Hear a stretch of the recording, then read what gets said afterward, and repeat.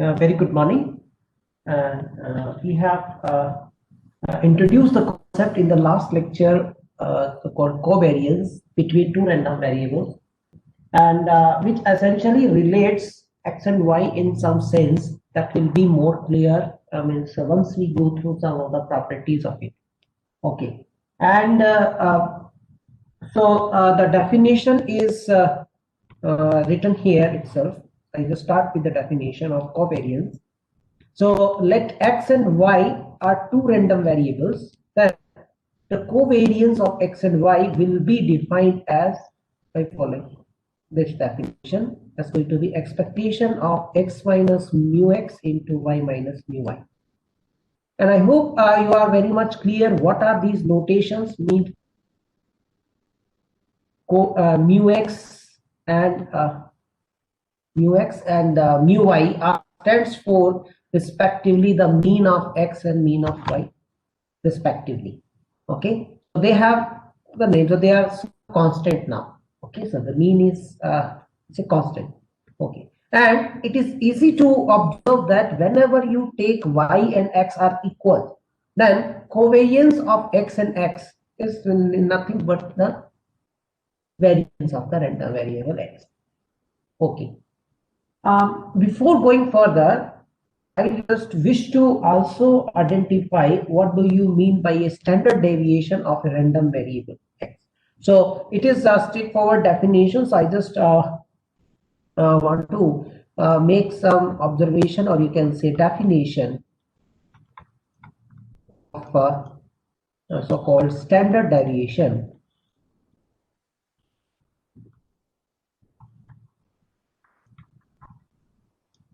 Standard deviation. Okay. So that is denoted by sigma x. That's going to be variance of x, where x is a random variable. And in short, we also denote it by s dot b dot standard deviation, that is equal to sigma x, to show the dependence on x random variable, and nothing but can be obtained by the square root of variance of x. Okay, and other important you can say the physical significance of mean can be seen as a center of gravity of a distribution of mass. Likewise, the variance in the terminology of mechanics, it is known as the moment of inertia. Okay, so they have the physical significance. Okay, so let's go further and see the properties of covariance of two random variables x and y. Okay, now before going further, I think we can also simplify the covariance formula x and y. That's going to be expectation of x minus mu x into y minus mu y. Okay, so you can use x minus a into x minus b formula, and you can make the product. You can simplify this product. This is going to be x into y minus mu x y minus mu y x plus mu x time mu y. And now use the linearity and the constant multiple of the random variable, how the expectation is acting over that. Okay, so that we are going to use those properties of expectation. So first term is as it is, expectation of x into y is expectation of x into y. Out for the second term, expectation of mu x into y. So mu x is a constant, so that will be taken out. So mu x time expectation of y is nothing but the mean of y. That is nothing but the mu y, minus the third term, mu y is a constant, so that is taken out, and expectation of x is nothing but the mu x, plus the last quantity is constant only, so constant expectation is constant itself. So this is going to get cancelled, and so you have the simplified formula for covariance between two random variables is given by expectation of x into y into minus expectation of x into expectation of y. So similarly, if you replace y equals to x here, so you have already simplified the formula for variance of x. That is nothing but expectation of x square minus expectation of x whole square. Okay, so this is here the simplified formula. Now from here it is easy to observe the symmetry, the symmetricness of the covariance random variable covariance. Okay, so the very first property what you can observe is covariance of x comma y and covariance of y comma x both are the same. Why? Because so in case of a continuous random variable or discrete random variable, what is the expectation of x into y and expectation of y into x? Both will be the same thing. Okay, and here you have to take a product of the constant term only expectation of x into expectation of y. So whether you take y into x first and x second, or x first or y second, it is completely immaterial in this concept here. Okay, so the symmetricness is that property is here. Okay, the second thing observe that. So these are easy to observe. They are that is nothing required here. Proof. Okay. What other thing? If you are already learned somewhere in the calculus some inner products. Okay. So it also behaves like an inner product. Okay. So you have already or you can verify that if you have a constant multiple of a random variable x, and then you take that covariance with the y random variable. Okay, that will be only changed by multiply the a by the covariance between x and y. Okay, so that will not, that's only scalar multiple of it. So a is coming out. So like inner product, if you want to relate it with the inner product. Okay, third important property. So these are only you can just simplify it. Okay, so if I give you, this is a simple proof it will take here.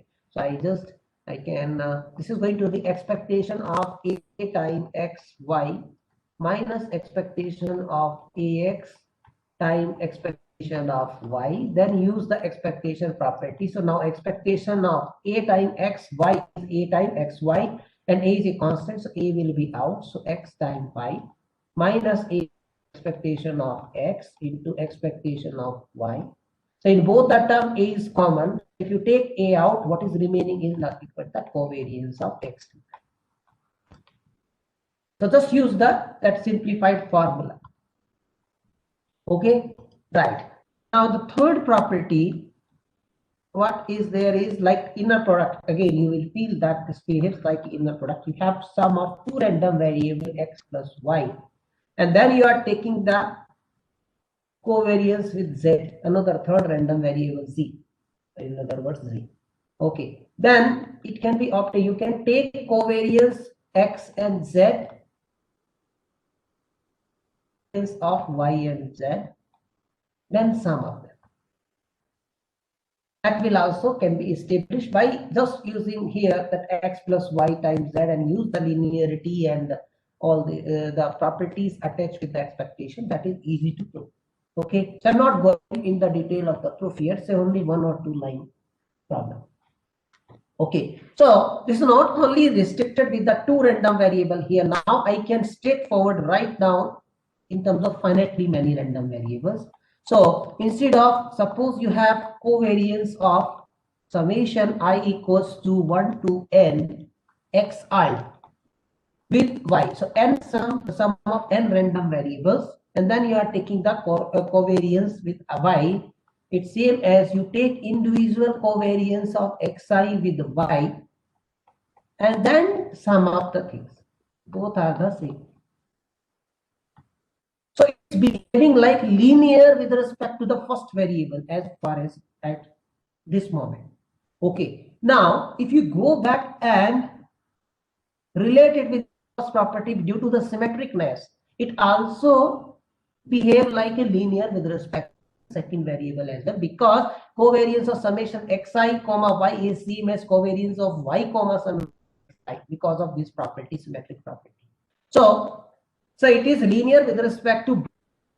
So now from here, by looking at the symmetric or by using the symmetricness, I can straightforward prove.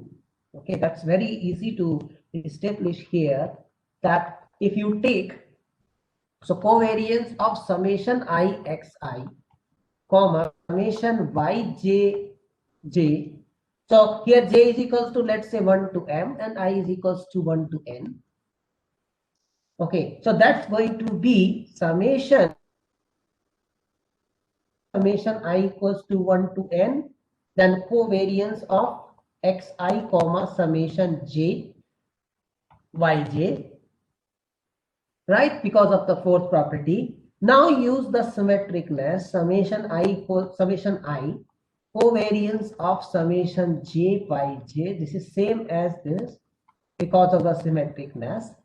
Now you again use the fourth property here, so it will give you summation I summation j covariance between j and xi, but xi and yj or yj and xi both are the same thing. Again, I can use the symmetricness. Okay, right.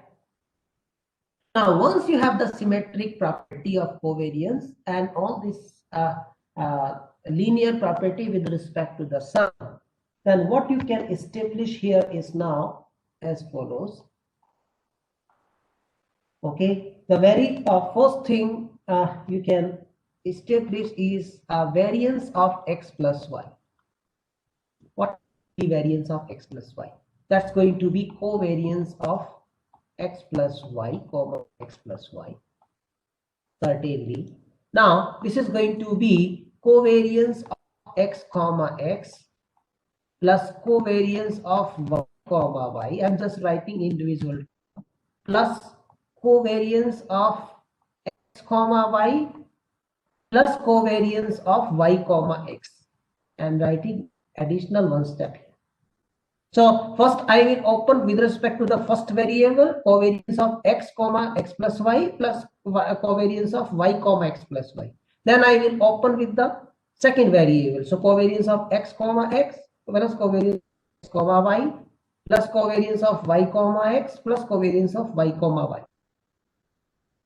Now you note that what now you observe, this is implies, so this implies variance of x plus y sum of two random variable. That's going to be, if you look at the right hand side, the first term is nothing but the variance of x plus variance of y plus 2 times covariance of x comma y. Okay, use the symmetric property. So covariance of y comma x and covariance of x comma y both are the same. Now this sum you can certainly generalize to the following, so that you can prove by principle of mathematical induction, or you just use the all previous properties. So variance of sum of random variables is I equals to 1 to n is going to be some I variance of individual variables plus the sum of all covariances between xi and xj. I equals 1 to n and summation j is equals to 1 to n. Obviously j, right, if you compare with the previous one. So j must not equals to I. You take all the possible covariances and then take the sum, so that you can verify by using principle of mathematical induction. Go for one more step here and get the generalization. Okay, right. Another important property of covariance. Okay. So slowly we are moving towards establishing the relating nature to the properties of the random variable, or thus the representation of values of x versus values of y. Okay, so the another property is these random variables x and y are independent. If x and y are independent random variables, then their covariance will be 0. Then their covariance will be 0.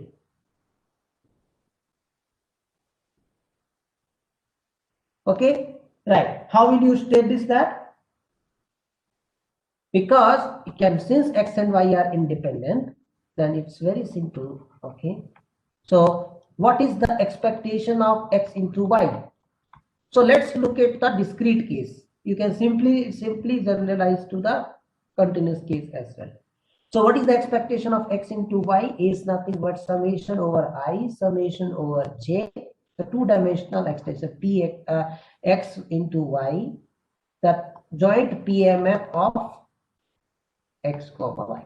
It's xi comma yj. You can say xi into yj.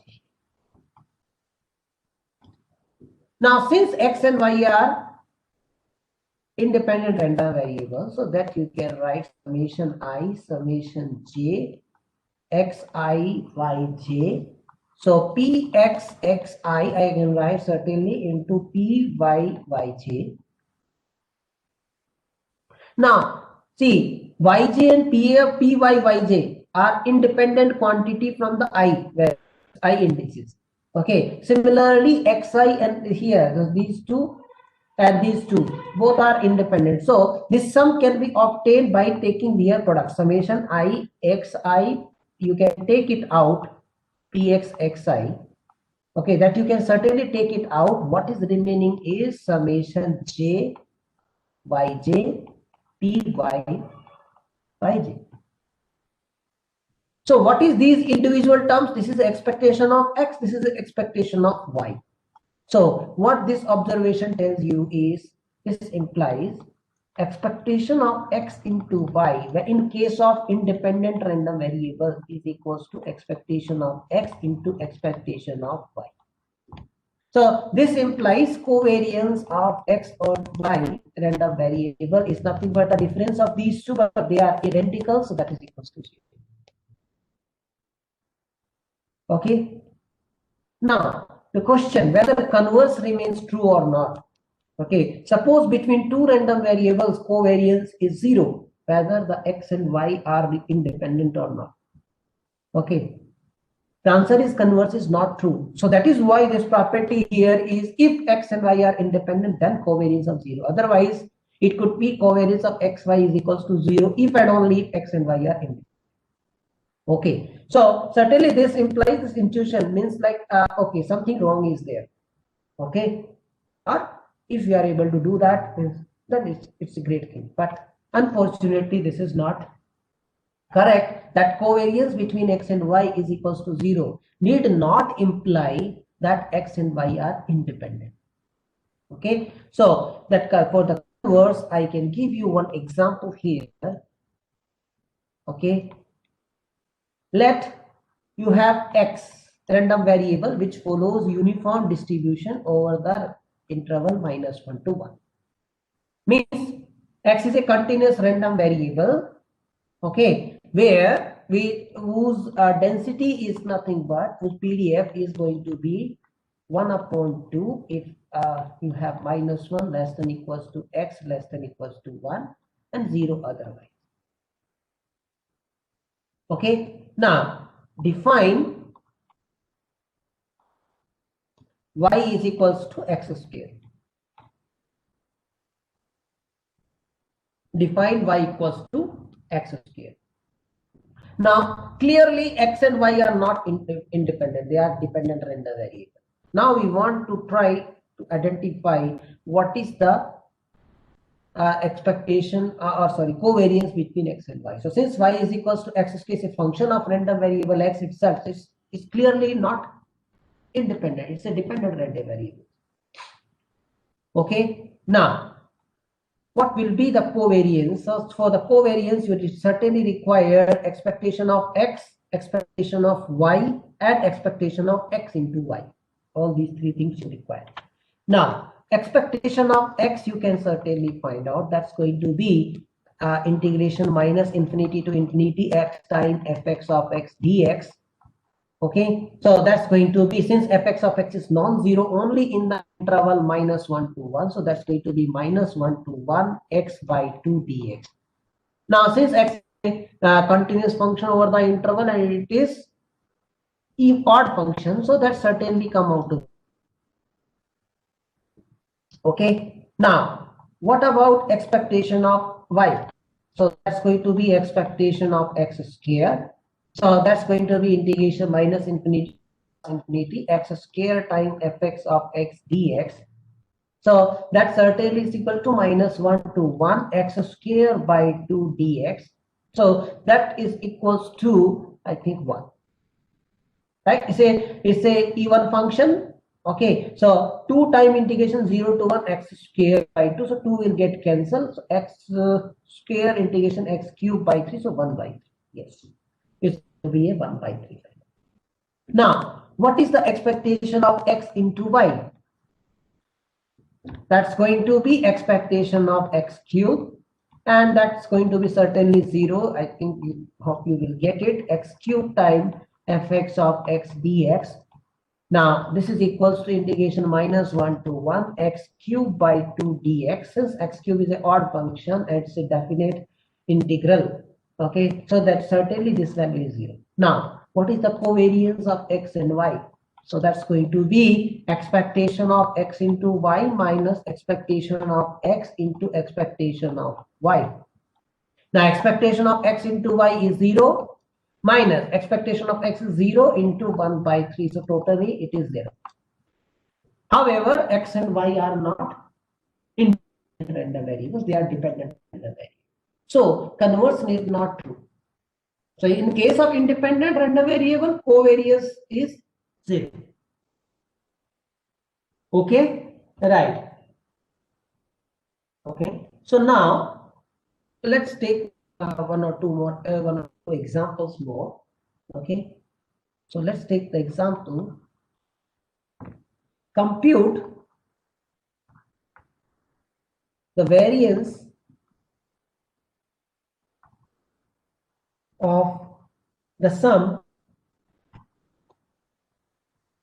obtained when 10 independent rows, so it may be 10, it may be 100 independent rows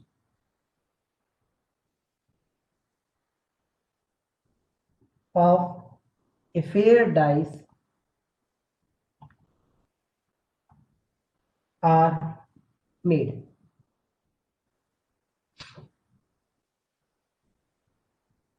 Okay, so if x1, x2 ends on x10, they are 10 independent random variables. They denote the outcome of the random variables, outcome of a roll, outcome of an random experiment when you are rolling a fair dice. Okay, so each xi, you can say, let's say xi denotes the outcome of you can say 10 independent rows of a fair dice of ith rule of a fair dice. I think so. That is correct sentence. Outcome of ith roll of a fair dice. Okay, so 10 independent roll there. So xi denotes the outcome of ith roll of a fair dice. So xi can take any value between 1, 2, and so on 6. And I is 1, I is equals to 1, 2, and so on till 10. So 10 independent rolls are there. So each xi is a random variable and attached. So this is a fair dice. So we can assume that this has equally likely outcomes. Okay, and we have also computed the variance of that random variable. So we have already computed variance of xi. Okay, in the previous examples, you can verify that is going to be 35 by 12. Okay, that we have already computed in the previous lecture. Okay, so now Now, since they are independent rows, okay, so they are 10 independent rows. So from the property of the covariance, that covariance of xi and xj is equals to 0 if I is not equals to 0. Since xi and xj are independent random variable. Okay, if they are not independent, you can't okay, if you can't say that straightforward that covariance of xi and xj is 0. Okay, right. So this is a necessary condition, you can say. Okay, not sufficient. Okay, right. So covariance of xi and xj equals to 0 if I is not equals to 6. Then you can straightforward write what is the total variance of the sum obtained when 10 independent rows of a pair dice are made is nothing but you are trying to get the variance of summation of xi I is equals to 1 to 10, which is nothing but if you look at back and what is the formula was summation I equals to 1 to 10 variance of xi plus summation you have I equals to 1 to 10 summation j equals to 1 to 10, j is not equals to I, covariance of xi comma xj, since individual these all numbers are 0, so there is no contribution of the second term.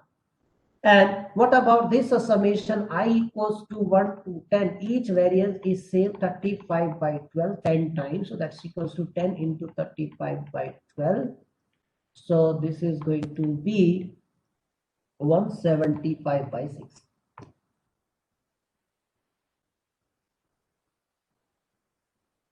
Okay, right. Now let's do one more example here. Okay, compute the variance of the number of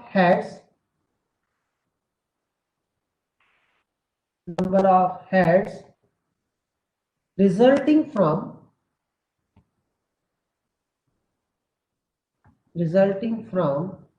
10 independent tosses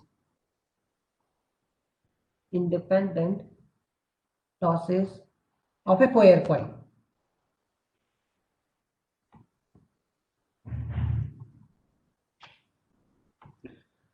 Compute the variance of the number of heads resulting from 10 independent tosses of a pair coin. So you are tossing a coin 10 times independently, you can say. Okay, and you are trying to identify the variance of the number of heads. Okay, so it may be take I equals to 0 to the no head or maybe all heads. Okay, so here what you can get here is you can take the indicator random variable that if so here, so let you denote ij is a random variable that is equals to 1 if the toss results head, that event occurs. Okay, and 0 otherwise, or if j toss results tail. Okay, so then what we are interested in, total number of heads. Number of heads is equals to summation j equals to 1 to 10.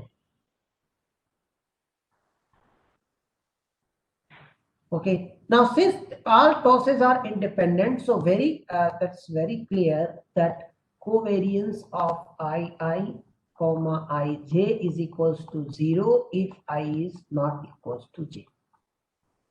If it is given that they are not independent, so you are supposed to identify the covariance of I and ij as well. Okay, that is nothing but in terms of expectations.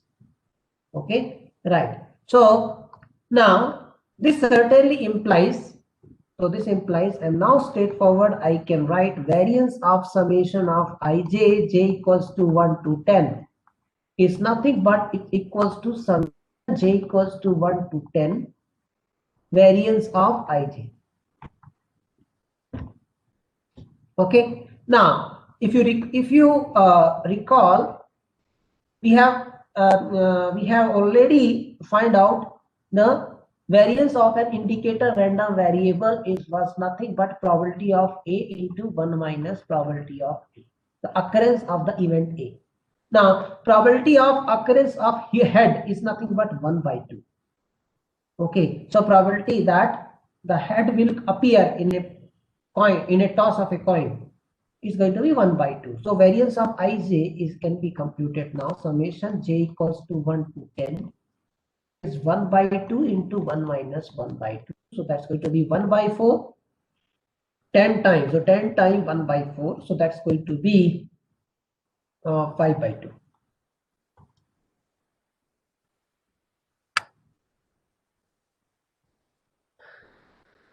Okay, right. Now,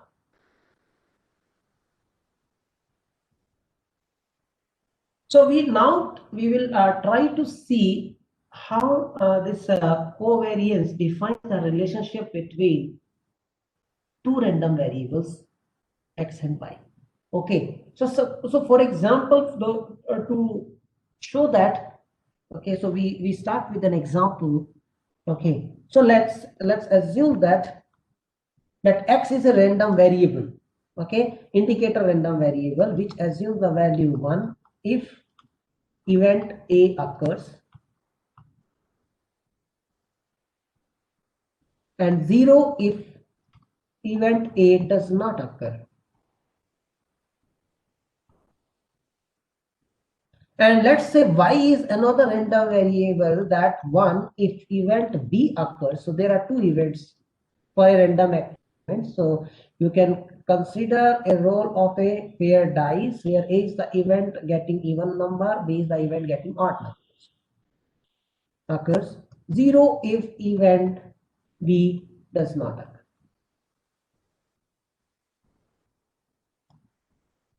Now try to get what is the covariance between them. Okay, so now for getting the, you certainly require the expectation of x into y.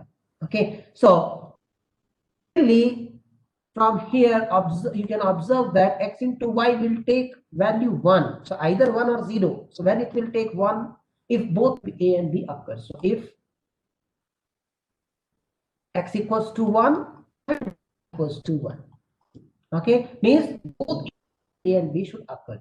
0 otherwise. If one of the event does not occur, means either x is 0, y is 0, or both are 0. So there are three conditions. Okay, so that's only possible. Now, so this above discussion now, what it implies is expectation of x into y is nothing but, so that's nothing but 1 into the probability of x equals to 1 and y equals to 1 and plus 0 into the probability of not happening of this. Okay, otherwise means x equals to 0 comma y equals to 1, x equals to 1, y equals to 0, x equals to 0, y equals to 0, all three possible cases. But they are sitting in the product with 0, all which turns out to be 0 because there is no contribution. So what will be the final thing is expectation of x comma 1 and y equals to 1. Okay, similarly you can see expectation of x is nothing but probability of x equals to 1.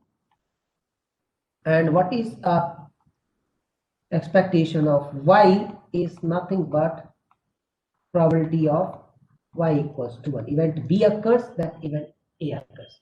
Now, from here, what is the covariance of x and y now is nothing but expectation of x into y minus expectation of x into expectation of y.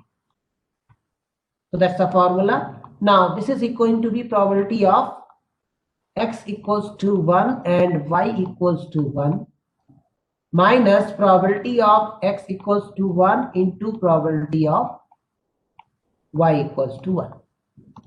Now we will try to see when this is greater than 0 or less than 0. Okay.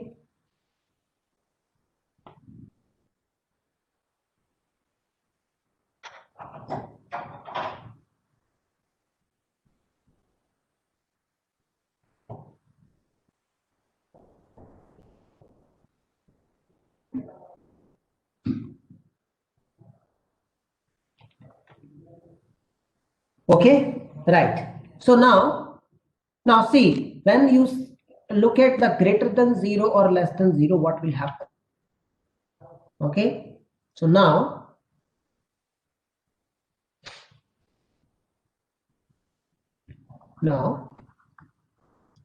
covariance covariance of x comma y is greater than 0 if and only if for the above case. Probability of x equals to 1 and y equals to 1 is greater than probability of x equals to 1 into probability of y equals to 1. Okay, because that covariance is nothing but the difference of these two. This greater than 0, then this is true. Now, this is if and only if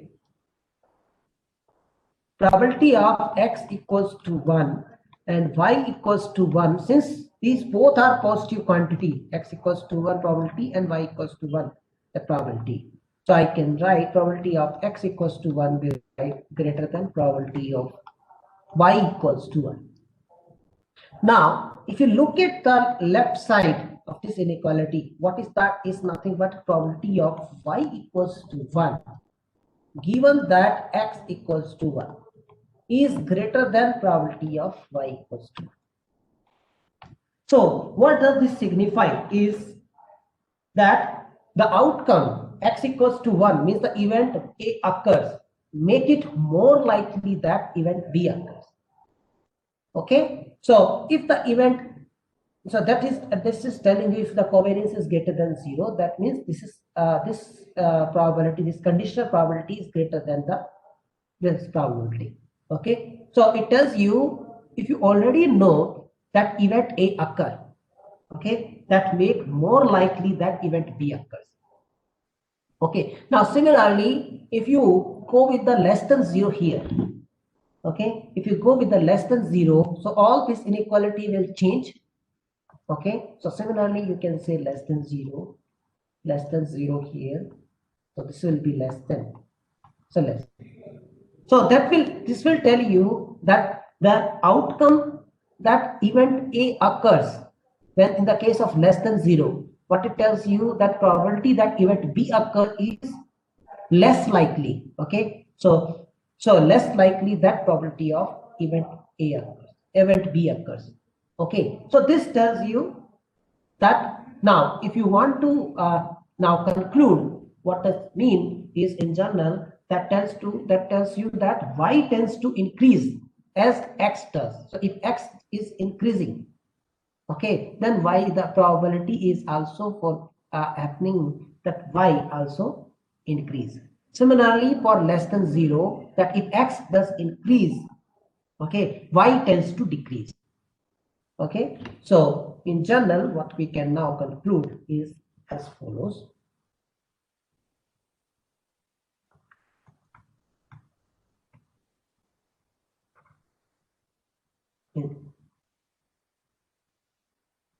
In general, covariance of x and y greater than 0 indicates that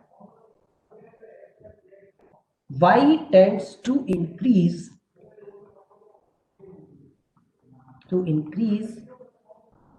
as x does, means x increases as x increases, and covariance of x and y less than 0 indicates that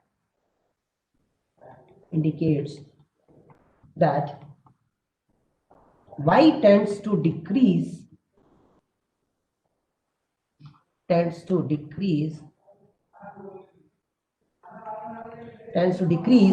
as x increases. Okay, now covariance of x comma y equals to 0, no conclusion, because you can't say x and y are independent or dependent. Okay, but it's more likely to be, they are more likely to be independent, but we can't say. Okay, right. Now we are going to define another measure, okay, which is known as the correlation between x and y. So we are going to define for, let's say, definition, the correlation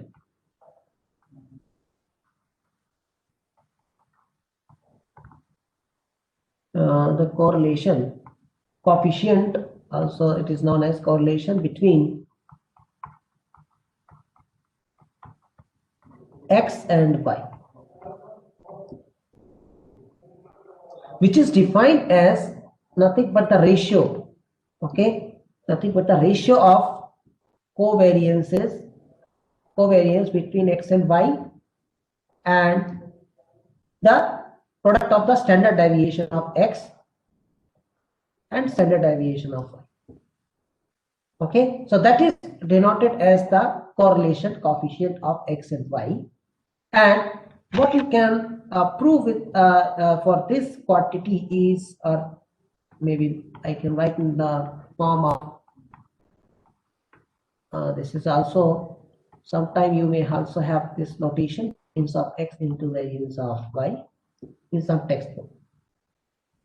Okay, now what is you can establish, I can give you the hint for proving this exercise, that the correlation coefficient between x and y, it always lies between in the interval -1 to 1.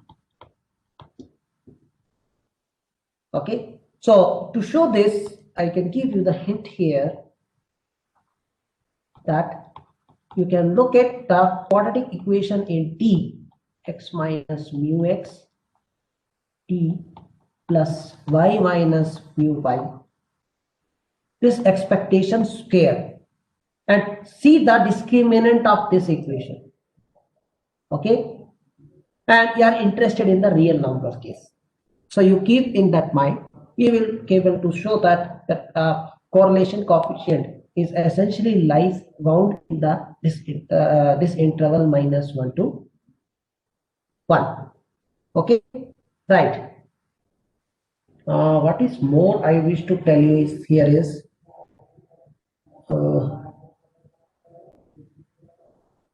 I wish to add it more, something more is here is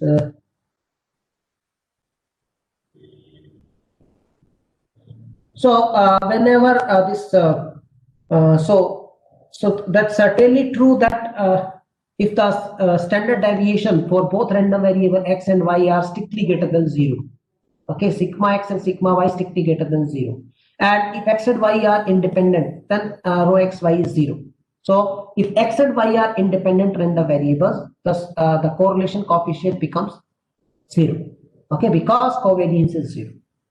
Okay, okay, and another thing is that if it is greater than 0, see this correlation coefficient greater than 0, and if you try to draw the curve of the passing through the values of x and y, you can say they means it will be positively skewed and negatively skewed. So that we will see more in case of means like when we are define some specialized random variable. Okay, so positively skewed or negatively skewed okay, curve you will obtain. Okay, so that we will more see in the case when we are defining specialized random variables. Okay, more likely we are going with the normal random variables. Okay. Right. Okay, so let me give you first Markov's inequality, and they are very important in the sense that if you don't have any knowledge about the chances, what is the chance, what is the probability, you can tell something about that probability of some reason. Okay, what means bounded, it is going to be not more than that, in other words. Okay, right. So let me define what is the Markov, and we can have a proof is for this as well. So if x is a random variable, if x is a random variable,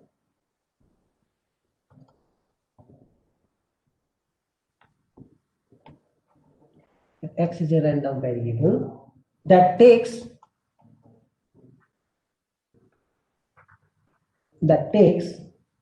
only non-negative values, means x is greater than equals to 0, non-negative values.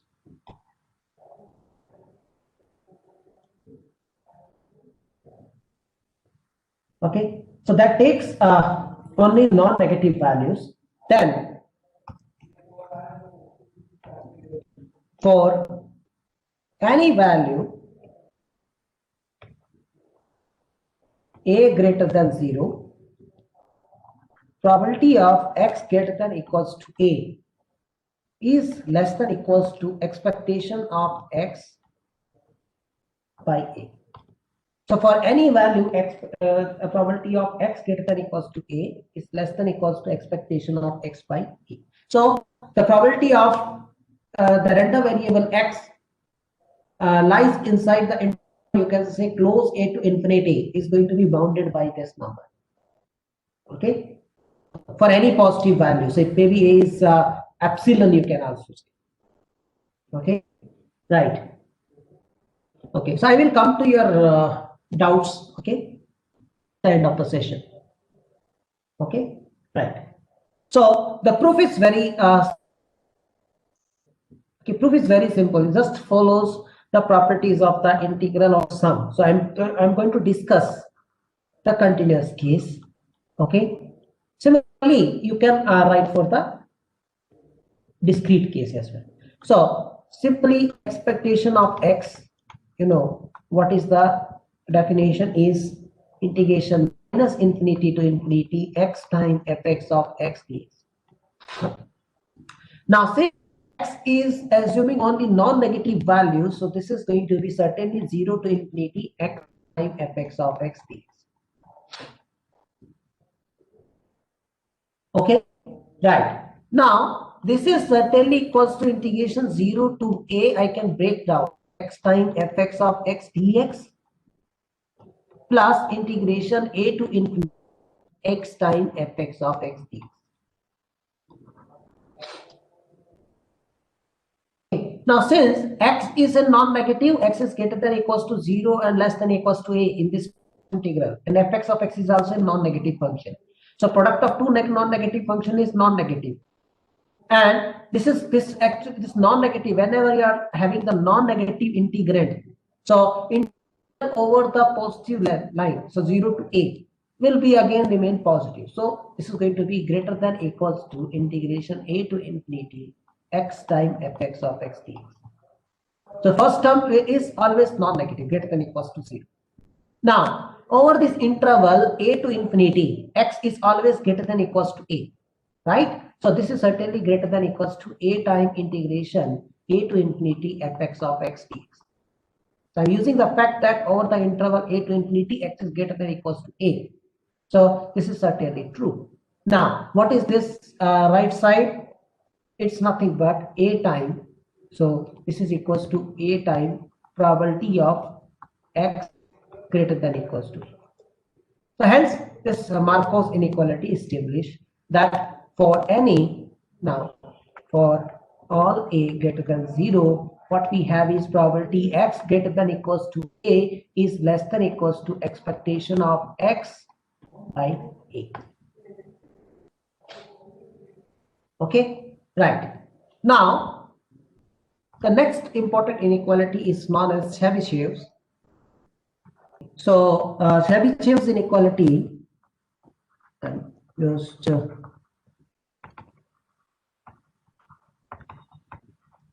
Chebyshev's inequality. So if x is a random variable with mean mu x and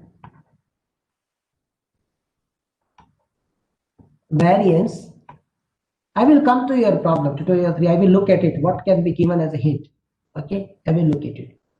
If at the end only, if x is a random variable with mean mu x and variance sigma x square, then for any k greater than 0, probability of mod of x minus mu x greater than equals to k is less than equals to sigma square by k square.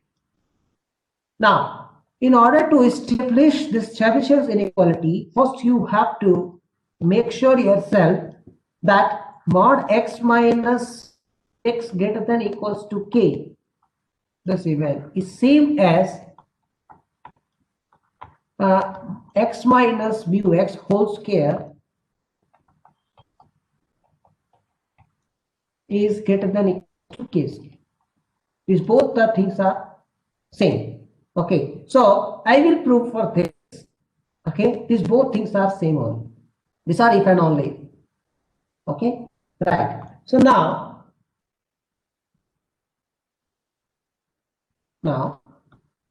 probability of magnitude plus function, modulus of x minus mu x, like mod function. Okay, this is of max, this is modulus function and the variable. Modulus value x minus mu. So if you have, for example, if you have, let's say, x value is assuming the value is 1, 2, 3, 4, and its mean is let's say some 5. So x minus mu x value is 1 minus 5 is minus 4, 2 minus 5 is minus 3, 3 minus 5 something like this is minus 2, this is minus 1, but mod x minus mu x means you have to replace it by positive sign. Okay, so this is what the meaning of this. Okay, simple as. Okay, right. So so to establish this Chebyshev inequality, we are going to take the help of Markov's inequality now. Okay, so now Markov's inequality tells you that probability of x minus mu x whole square greater than equals to k square is less than equals to expectation of x minus mu x whole square by k square. Right? If you relate the previous result, expectation, so probability of x greater than equals to a is less than equals to expectation of x by a. So x is here is non-negative random variable. Okay, so x assume only non-negative values, and a is a positive, any positive value. So now here you are having x by x minus, replace x by x minus mu x whole square and a by k square. So you will get expectation of x minus mu x whole square by k square. Okay, so it's a replacement. So that's nothing but that's equals to sigma x square by k square. That's true. So this implies this is true. Probability of mod of x minus mu x greater than equals to k is less than equals to sigma x square by k square. Okay, so sigma x square is fine. Okay, finite number. Okay, let's say this is a finite number. Now, if k tends to infinity, this tends to 0. Okay, so what does this represent? If x going far away from the mean, that probability is 0. Okay, so the letting k tends to infinity means what? It's mod x minus mu x is greater than equals to some large number, is that is they are very far apart. That probability is negligible. Okay, in the limiting sense. Okay, right. Now the final is here, the weak law of large number. The weak law of large numbers.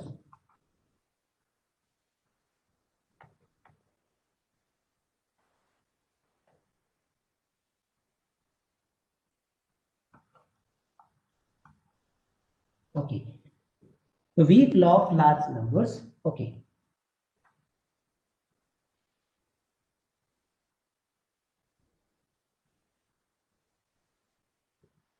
see, if in this case, what is that telling you? This mod x minus mu x is greater than equals to k means what? The length or means the distance between x and mu is at least k. So if k is infinity, what is the happening on this side? This is tends to 0 because sigma x remain fixed Okay, so this tends to 0 means what? As k goes large means the distance is increasing. Okay, between x and mu, the mean. Okay, so x going far away from mean, that probability is going tending to 0. Okay, means that is almost negligible thing. Okay, that probability is almost 0, almost equal to 0. Okay, very near to 0. Okay, right. So the weak law of last number tells you that let x1, x2, and so on be a sequence of identically distributed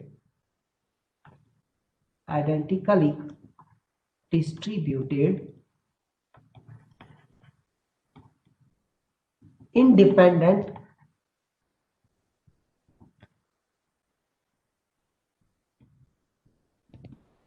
and in short, this also denote by, you will see in the book as well, IID, identically distributed independent random variables.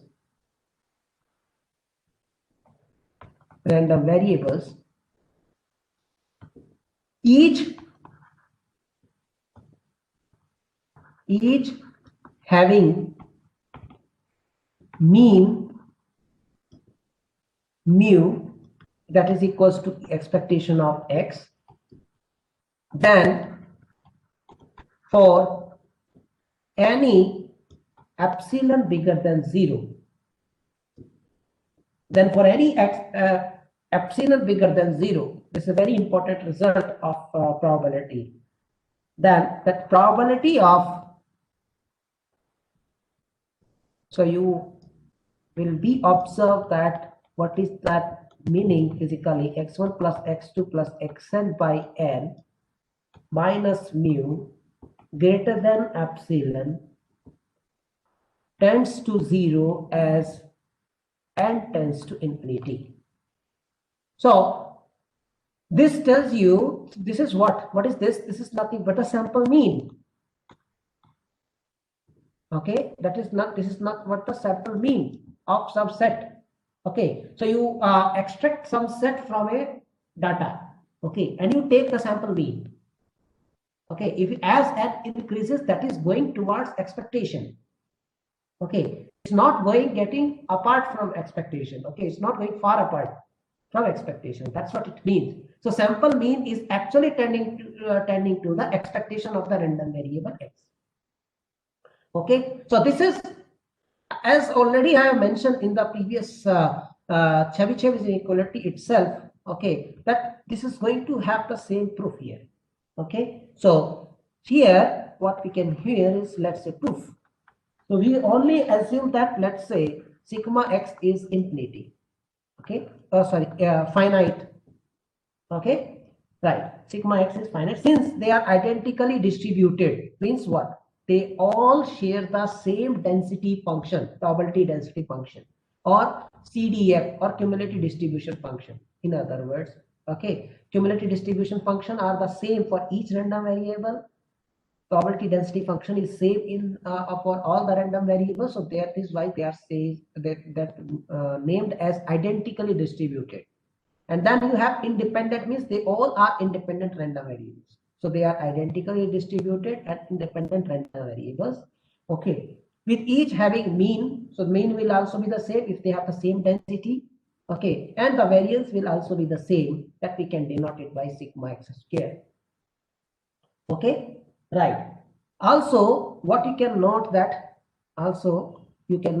expectation of x1 plus x2 plus xn divided by n, that you can also prove. So 1 by n time expectation of x1 plus and so on expectation of xn. Use the linearity, that all the property of expectation. Now all are the same, equals to mu only. So mu plus mu and so on n times. So n time mu, n will get cancelled from the denominator. So it's going to be mu. Okay. So now see, this sum x1 to xn divided by n will give you the new random variable whose mean equals to mu. Now you can apply the Chebyshev's inequality. Further, also note that the variance of all these random variable x1 plus sum of these random variable. Now apply the property of the variance. That's going to be 1 by n square time variance of x1 plus and so on xn. Now, since note that x1 to xn all are independent random variables, so that's why this is equal to 1 by n square times summation over I variance of xi, individual variances, because the covariance between them is 0. Now each variance is sigma x square. How many times? N times. So that's going to be n times sigma x square divided by n square. So n will get cancelled. So you have sigma x square by n. So that's going to be the variance. So these all are things are required to fit into the Chebyshev's inequality. Now, what the Chebyshev's inequality says? So Chebyshev's inequality implies,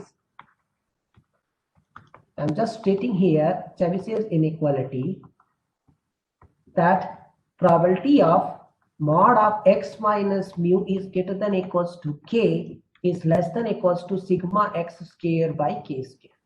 Now, what is mu is expectation of x. What is sigma x is the standard deviation of x, and k is any positive number. So k is any number. It may be positive, it may be negative. Okay, right. So now you use what is x now? X equals to x1 plus x2 plus xn by n. Mu is equals to mu. Sigma x square is equals to what is that? Is sigma x square for this case is sigma x square by n. So you have to replace it by this. So, okay, let me replacing. Okay, replacing x by this, mu by mu, sigma x square by sigma x square by n in above. So what we'll obtain, and k is equals to epsilon. Let's say k is equals to epsilon. Okay, so what you observe is mod of x1 plus and so on xn by n minus mu greater than equals to epsilon is less than equals to sigma x square by n time epsilon square. And now you can see sigma x square and epsilon square, they are the sigma x square is finite, 1 by epsilon square is also finite. Now this tends to 0 as n tends to infinity. So sample mean essentially going towards mean when you increase s. When you increase n here, so then sample mean going towards the expectation value of and the variable x. So that's what it says here. Okay, right. So in the next lecture, we are going to start with the specialized random variables. Okay, right.